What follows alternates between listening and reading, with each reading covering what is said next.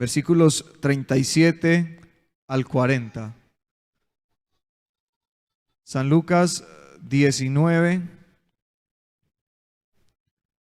versículos 37 al 40.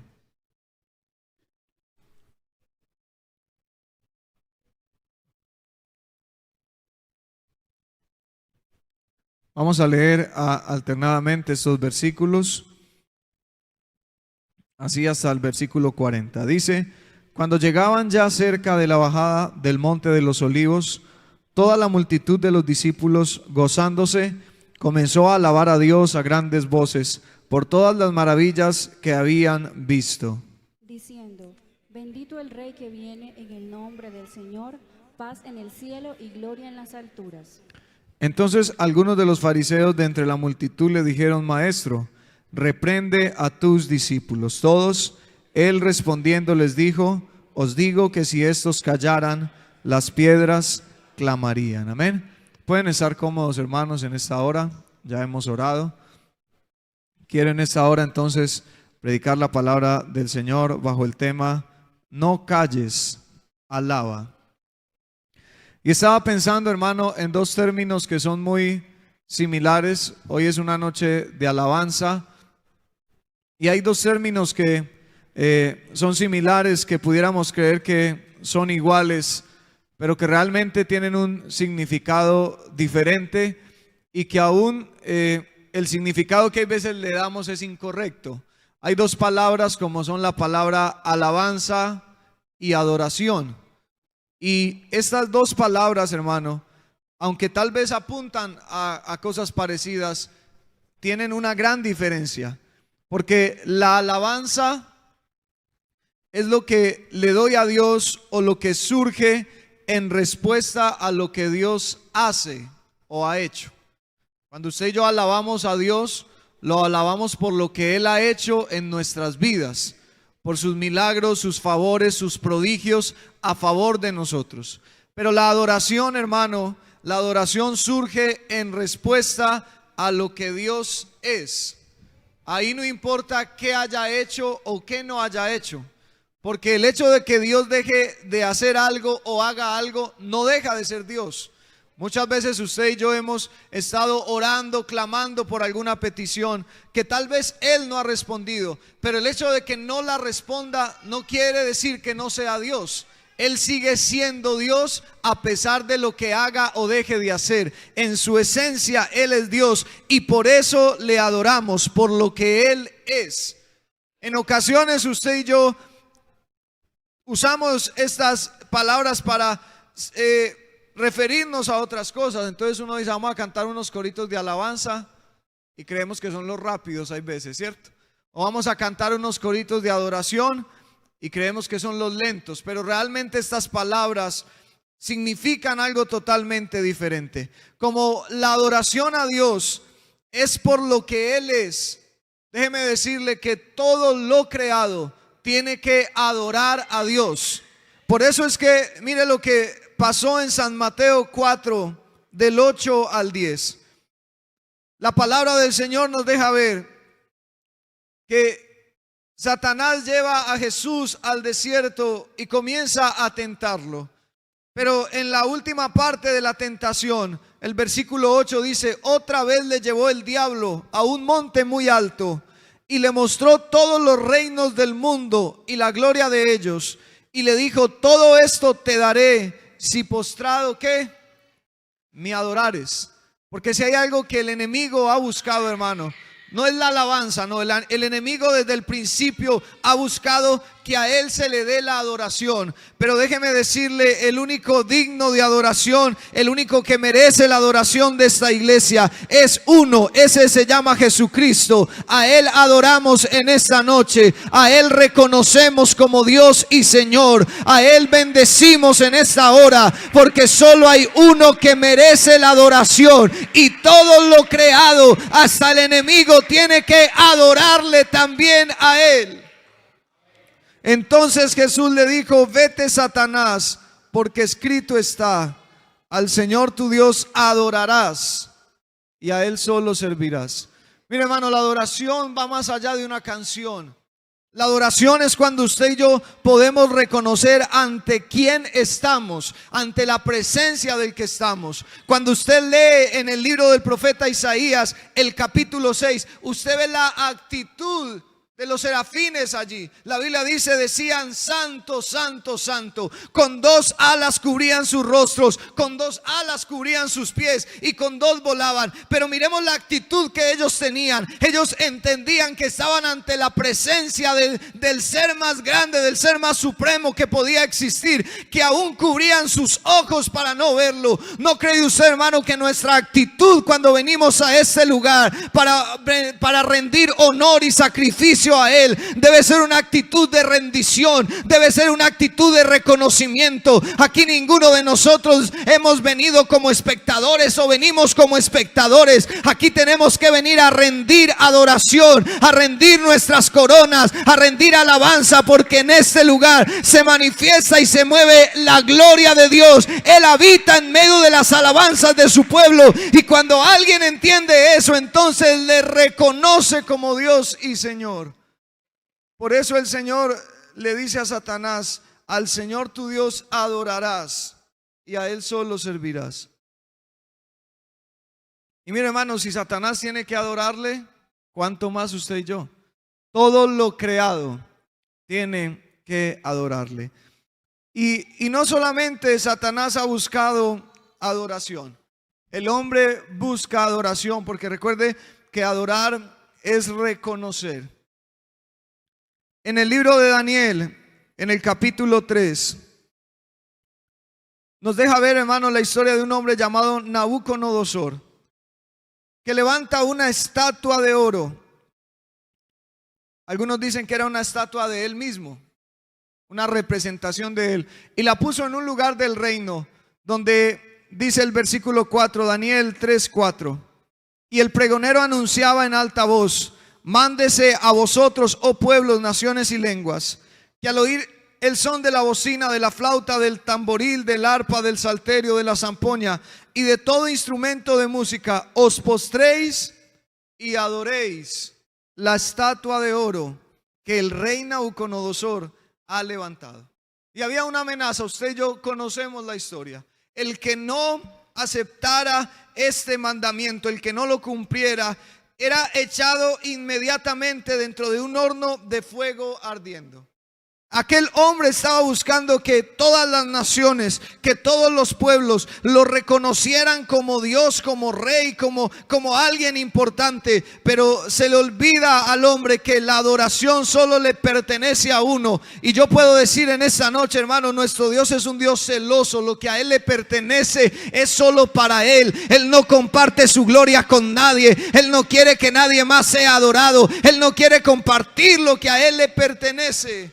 Y en medio de este pueblo me llama la atención, hermano, porque no solamente eran estos 3. Cuando usted lee en Daniel 1, se da cuenta que muchos más fueron traídos cautivos.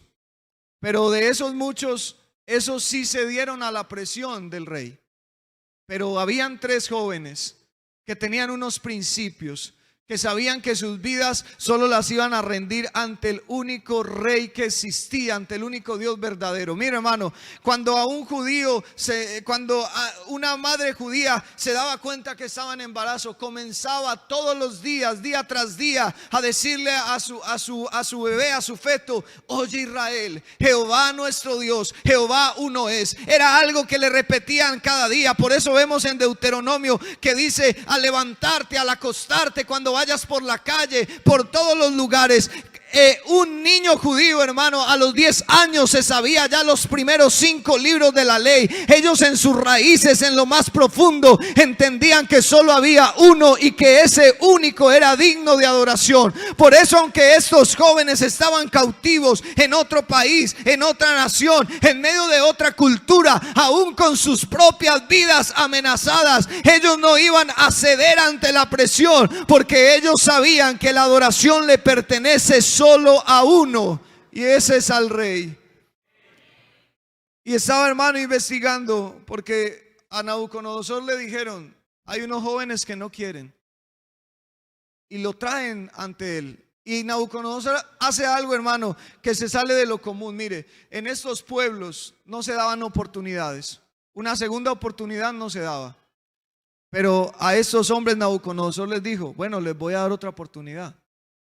Voy a hacer que vuelvan a sonar los instrumentos y póstresen ante la imagen. Pero estos hombres estaban decididos y les dice: no es necesario que te respondamos sobre este asunto. Versículo 17: he aquí nuestro Dios, a quien servimos, puede librarnos del horno de fuego ardiendo, y de tu mano, oh rey, nos librará. Y si no, sepas, oh rey, que no serviremos a tus dioses, ni tampoco adoraremos la estatua que has levantado. Y dice la Biblia que Nabucodonosor se enojó en gran manera, hermano, que mandó a calentar el horno 7 veces más de lo acostumbrado. Dicen los científicos, hermano, que para cremar a alguien se necesitan entre 700 y 800 grados de calor. Y los teólogos dicen que este horno se pudo haber calentado hasta 2000 grados. Por eso es que usted ve, y la Biblia nos relata que los echaron al horno inmediatamente quedaron muertos. Pero mire, hermano, cuando usted sabe para quién es la adoración y le da la adoración solo a uno, ese único digno de adoración mueve el cielo, mueve la tierra, hace milagros, hace prodigios a favor nuestro. Cuando echaron estos 3 jóvenes en el horno de fuego, lo único que se quemaron fueron las cadenas con los que la echaron. Y la Biblia dice que ellos se paseaban en medio del fuego, pero no solamente ellos, sino que uno semejante al Hijo de los dioses también se paseaba con ellos. Porque cuando hay un joven que entiende que vale más guardarse para Dios, que vale más seguirle dando adoración a Dios, que ceder a las opresiones del mundo, a los ofrecimientos que el mundo puede traer, Dios te sacará en victoria, Dios te pondrá en alto, Dios hará contigo cosas grandes. Porque cuando alguien sabe que la adoración le pertenece a Él, Dios también le conoce y responde por él. Hoy, hermano, muchos van cediendo ante la tentación, van cediendo ante los ofrecimientos del mundo, van rindiendo su vida a cosas vanas. Pero qué bueno que haya una generación en este lugar de adoradores, de jóvenes que sepan que su vida le pertenece a aquel que la compró a precio de sangre y que pagó por ella en el Calvario, y que nosotros vivimos por Él y para agradarle a Él. La adoración, hermano, a Dios, recuerde que es lo que yo le doy a Dios por lo que Él es. Entonces la adoración a Dios no puede depender de mi situación. Hay personas que adoran a Dios si va bien todo en su vida, si hay comida en la nevera, si el trabajo está bien, si la familia va bien. Ay, sí adoramos a Dios, ay, sí vivimos para Dios.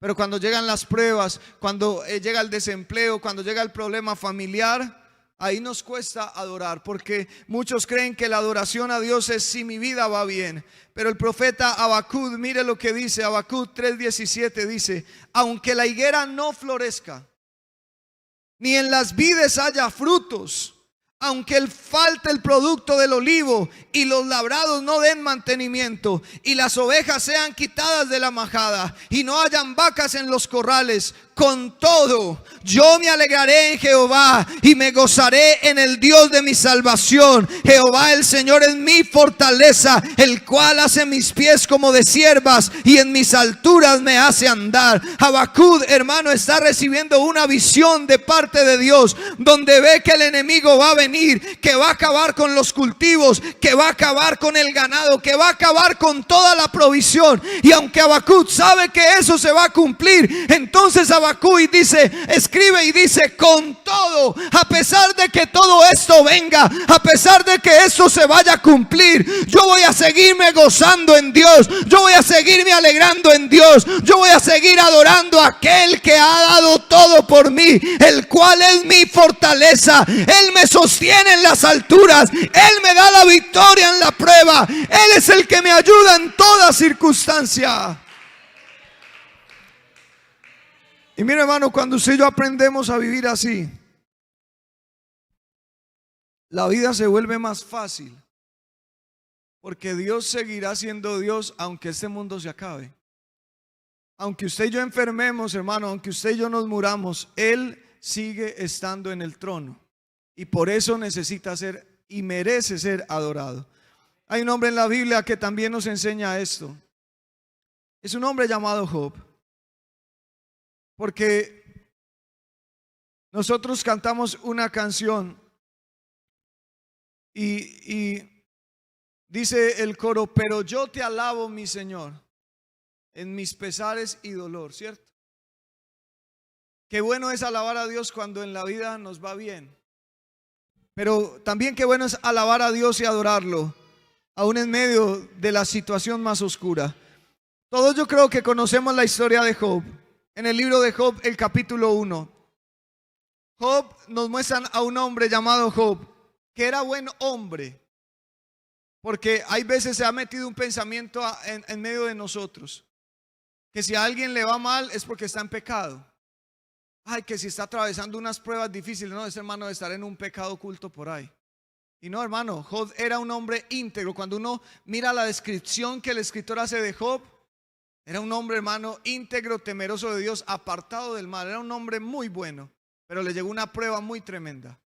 Perdió a sus hijos, perdió sus riquezas, perdió el ganado, perdió todo, hermano. Pero en Job 1:20 dice: entonces se levantó y rasgó su manto y rasuró su cabeza y se postró en tierra. ¿Y qué, hermano? Y adoró. Qué diferente a nosotros, ¿no? Hay veces nos llega el problema, la enfermedad, y sí nos postramos, pero a reclamarle a Dios. Cuando usted le reclama a Dios, hermano, no está entendiendo quién es Dios. Dios no nos tiene que dar a usted y a mí explicaciones de nada. No nos tiene ni siquiera que decir por qué lo está haciendo o para qué no. Cuando Job se vio en esa condición, Job lo único que hizo fue postrarse y adorar, y decía: desnudo salí del vientre de mi madre y desnudo volveré allá. Jehová dio, Jehová quitó, sea el nombre de Jehová bendito. En todo esto no pecó Job ni atribuyó a Dios despropósito alguno. Y hay algo, hermano, que a mí me asombra. Cuando Job se está terminando el libro de Job, Job dice: de oídas te había oído. Job creía conocer a Dios, pero no lo conocía. Pero aún, hermano, en el poco conocimiento que tenía, agradaba a Dios con su adoración. ¿No le parece a usted, hermano, que usted y yo debiéramos de alcanzar esos niveles? Job dice en Job 2:10: y le dije: recibiremos de Dios el bien y el mal no lo recibiremos. En todo esto no pecó Job con sus labios. El versículo 25 del capítulo 19 dice: yo sé que mi Redentor vive y al fin se levantará sobre el polvo, y después de deshecha esta mi piel, en mi carne he de ver a Dios, al cual veré por mí mismo, y mis ojos lo verán y no otro, aunque mi corazón desfallece dentro de mí. Job 13:15 dice: he aquí, aunque él me matare, en él esperaré. Estas son las palabras de un hombre, hermano, que está atribulado, que sus amigos le han dado la espalda, que está solo, que está perdiendo la salud, pero que entiende que a pesar de todas esas circunstancias eternas y difíciles de la vida, Dios necesita y debe seguir siendo adorado, porque a pesar de lo que pase, Él merece nuestra adoración, Él merece nuestro reconocimiento, Él merece nuestra humillación, Él merece que haya un pueblo que entienda que por encima de las pruebas, de los dolores, de las enfermedades, Él merece ser adorado. Y yo podría decir, hermano, en esta hora, que esa es la adoración que a Dios le gusta. Cuando Dios nos mira y dice: bueno, voy a ver qué va a hacer mi hijo. Y tú y yo comenzamos a adorarle en medio de situaciones difíciles. Tal vez algunos no entenderán, tal vez allá dirán: esta gente se enloqueció. Pero, hermano, es que nosotros tenemos un conocimiento de quién es Dios. Y hay veces estamos como la mujer samaritana. Aquella mujer en San Juan 4:20 le dice: nuestros padres adoraron en este monte, y vosotros decís que en Jerusalén es el lugar donde se debe adorar. Mire, hermano, Dios es omnipresente. Este lugar es para que usted y yo nos reunamos, pero no es para que Dios sea adorado. Usted y yo somos el templo de Dios.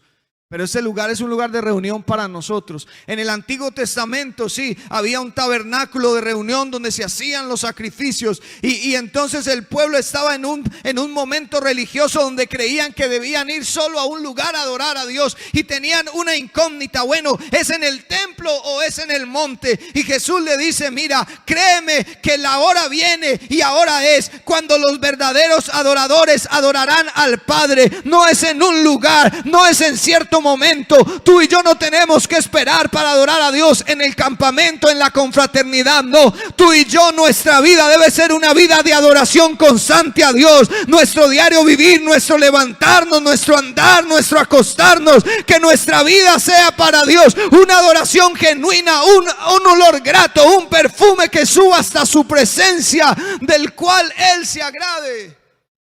Y aquella mujer tenía esa incógnita y Jesús le dice, mira, Dios está buscando verdaderos adoradores que le adoran en espíritu y en verdad, que no se limitan a un lugar. Tú y yo podemos adorar a Dios en nuestras casas, hermano. Allá mientras vas para el trabajo, allá mientras estás en la oficina, puedes adorar a Dios. Pues ¿sabes por qué? Porque Dios está en todo lugar. En todo lugar Él recibe la adoración. En todo momento Él no descansa, Él no duerme. Él permanece siendo el mismo siempre. Por eso, hermano, usted y yo podemos adorarle en todo momento y en todo minuto del día. Esa es la adoración. Pero la alabanza, hermano, yo le decía, la alabanza es lo que le damos a Dios por lo que Él ha hecho por nosotros. Y yo creo que los mejores ejemplos para eso son algunos salmos. Los salmos no solamente son canciones, también son oraciones que hacían en su mayoría David o los hijos de Coré, donde expresaban sus vivencias, lo que estaban atravesando.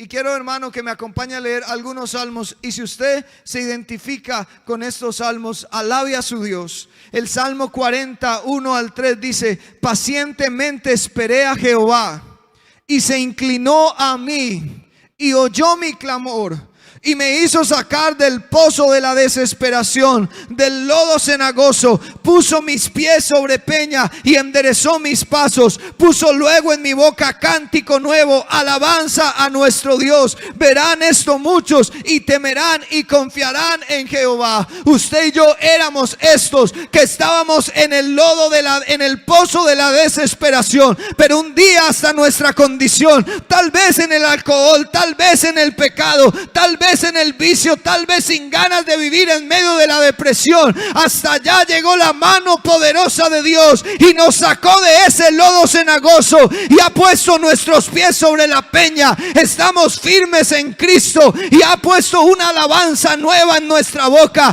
Antes cantábamos para el mundo, antes gritábamos en los estadios, ahora alabamos al que vive y permanece para siempre. Ahora nuestros labios y nuestras bocas se abren para proclamar la grandeza de aquel que vive y reina.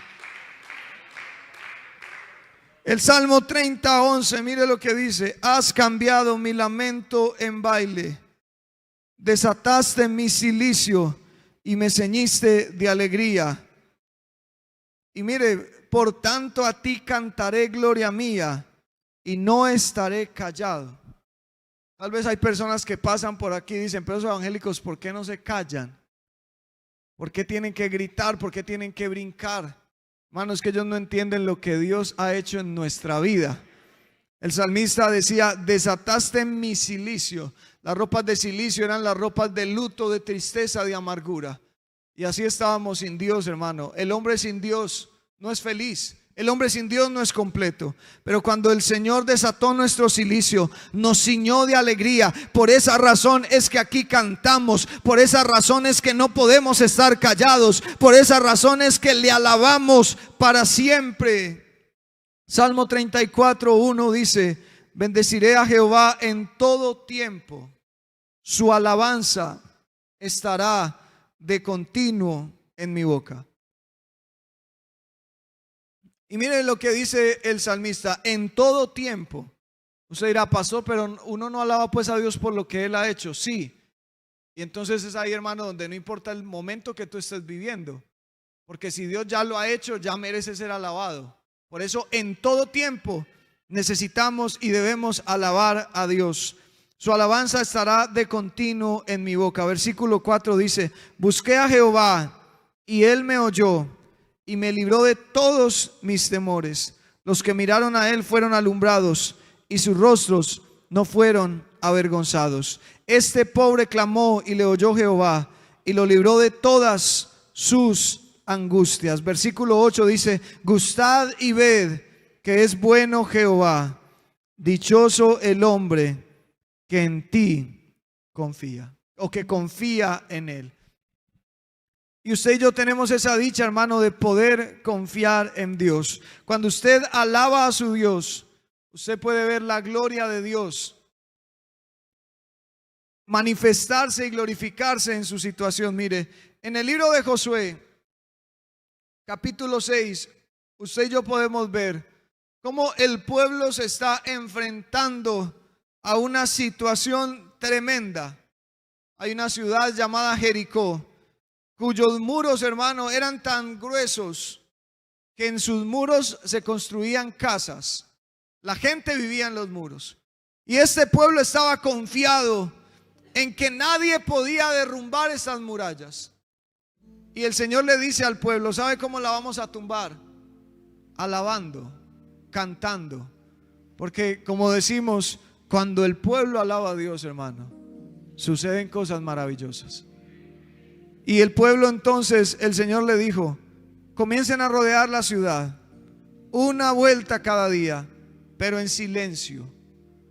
Ellos tal vez, hermano, estaban reteniendo ahí su alabanza. Querían gritar, querían alabar, pero le daban la vuelta a la ciudad en silencio. Cuando llegó el séptimo día, desde el muro se burlaban de ellos y decían: mira, estos israelitas se enloquecieron, solo dan vueltas y se van nuevamente para el campamento. Pero el séptimo día el Señor les dice, Josué 6:3: rodearéis pues la ciudad, todos los hombres de guerra, yendo alrededor de la ciudad una vez, y esto haréis durante 6 días. Y 7 sacerdotes llevarán 7 bocinas de cuernos de carnero delante del arca, y al séptimo día daréis 7 vueltas a la ciudad, y los sacerdotes tocarán las bocinas. Y cuando toquen prolongadamente el cuerno de carnero, así que oigáis el sonido de la bocina, todo el pueblo gritará a gran voz, y el muro de la ciudad caerá. Entonces subirá el pueblo cada uno derecho hacia adelante. Y mire, hermano, cuando el pueblo escuchó el sonido del cuerno, comenzaron a gritar, comenzaron a alabar a su Dios. Y milagrosamente aquellas murallas que parecían impenetrables, que parecían indestruibles, en los cuales confiaban sus enemigos, comenzaron a derribarse como se derriba un castillo de arena. Es que cuando hay un pueblo que alaba a su Dios, esa alabanza estremece la tierra. Esa alabanza estremece cualquier cosa. La alabanza para el Dios eterno, hermano, es capaz de hacer cosas maravillosas, grandes prodigios en medio de nosotros. Y tenemos que entender el poder que tenemos en la alabanza. Pablo decía: nuestras armas no son mortales, son poderosas en Dios para la destrucción de fortaleza. Y al principio leímos, hermano, un capítulo que tal vez usted dirá: bueno, ¿y qué tiene que ver eso con la alabanza? San Lucas 19, donde leímos al comienzo, decía: cuando llegaban ya cerca de la bajada del monte de los olivos, toda la multitud de los discípulos comenzó gozándose, comenzó a alabar a Dios a grandes voces por todas las maravillas que habían visto. Usted tal vez lo ha visto en alguna película, en algún cuadro, en algún documental. La entrada triunfal de Jesús.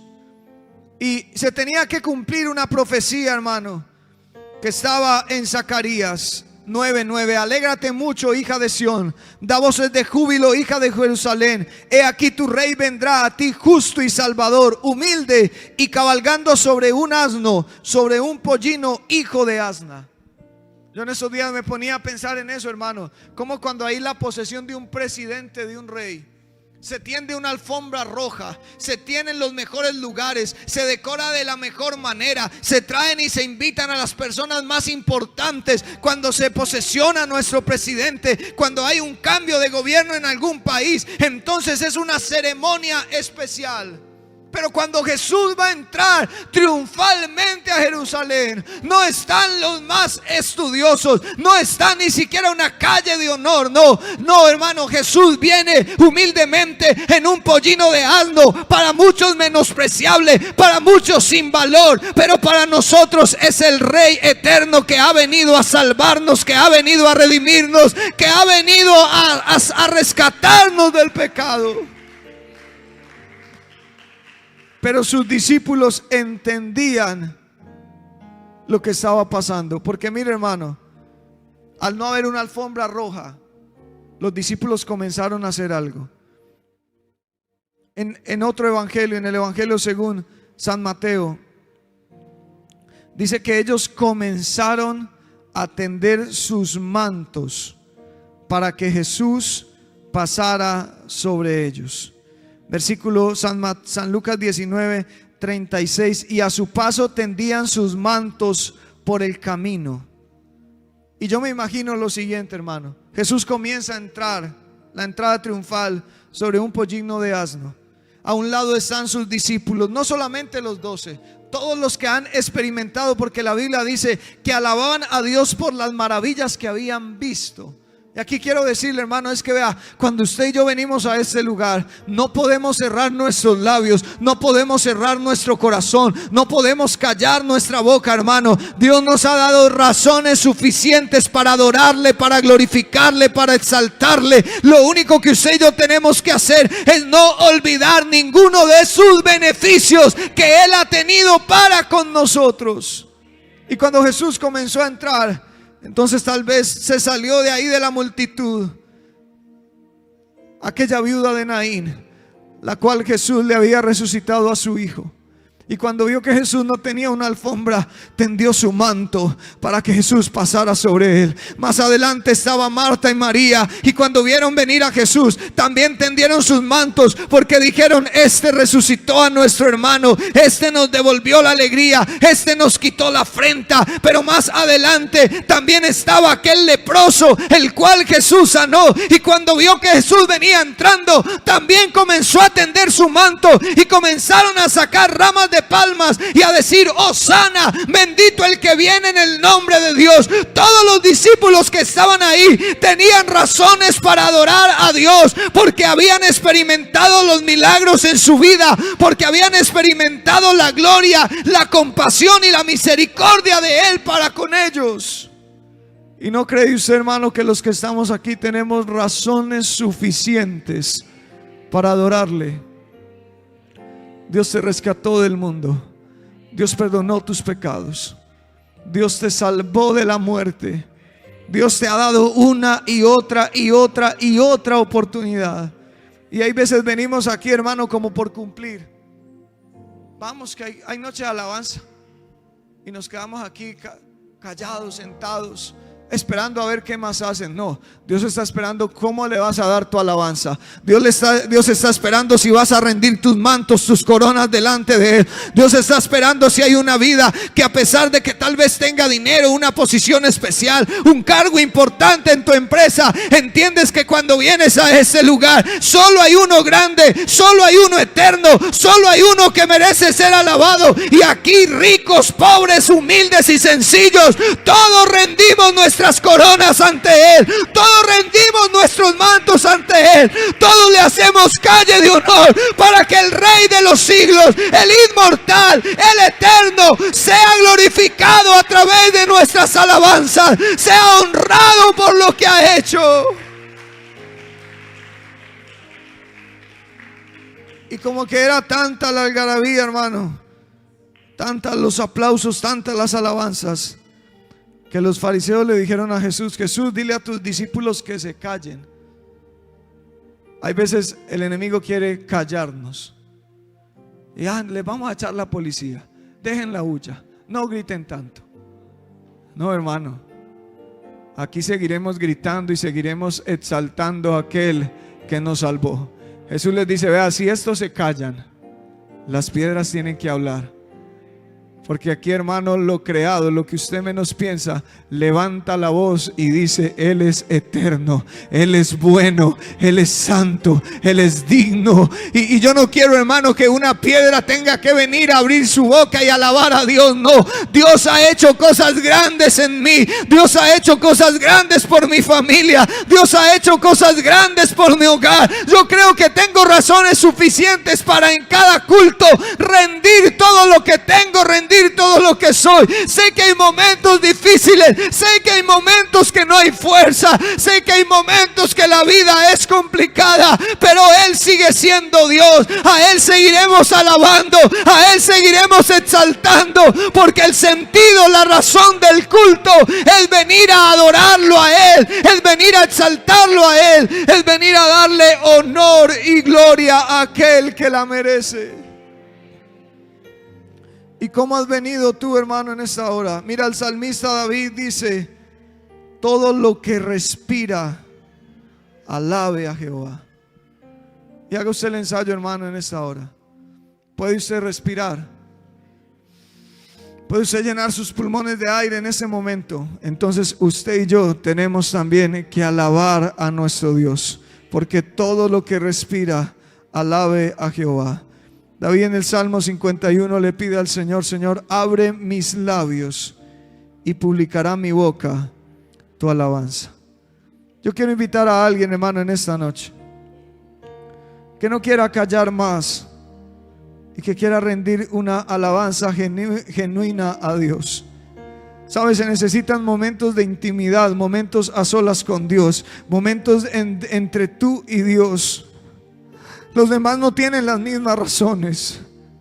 Los demás tal vez, y hay gente que tal vez a los 5 minutos ya se quedará callado, hermano. Pero si tú quieres seguir 1 hora, 2 horas, si tú quieres seguir toda la noche alabándole, hermano, es que cuando uno empieza a recordar lo que Dios ha hecho, comienza, hermano, uno a quebrantarse, comienza uno a reconocer la dependencia de Dios, comienza a entender lo grande, lo fiel que ha sido Dios. Hay veces nos acostumbramos a las bendiciones, hay veces nos acostumbramos a vivir una vida buena y se nos olvida de dónde nos sacó Dios, dónde estábamos, hacia dónde íbamos. Pero cuando recordamos eso, tenemos que venir ante su presencia con un corazón contrito y humillado y decirle, Señor, si no fuera por ti, yo no podría estar aquí. Si no fuera tu gracia la que me alcanzó, Señor, yo no pudiera ni siquiera alzar mis manos al cielo y reconocer tu verdad. Vamos a estar en pie en esta hora, iglesia. Y si alguien tal vez desea venir a ese altar unos minutos y rendir su vida, sus coronas, y tener un momento a solas con su Dios. Hay muchos que, tal vez hay gente que te dice, cállate ya. ¿Por qué adoras así? ¿Por qué brincas así? ¿Por qué te mueves así?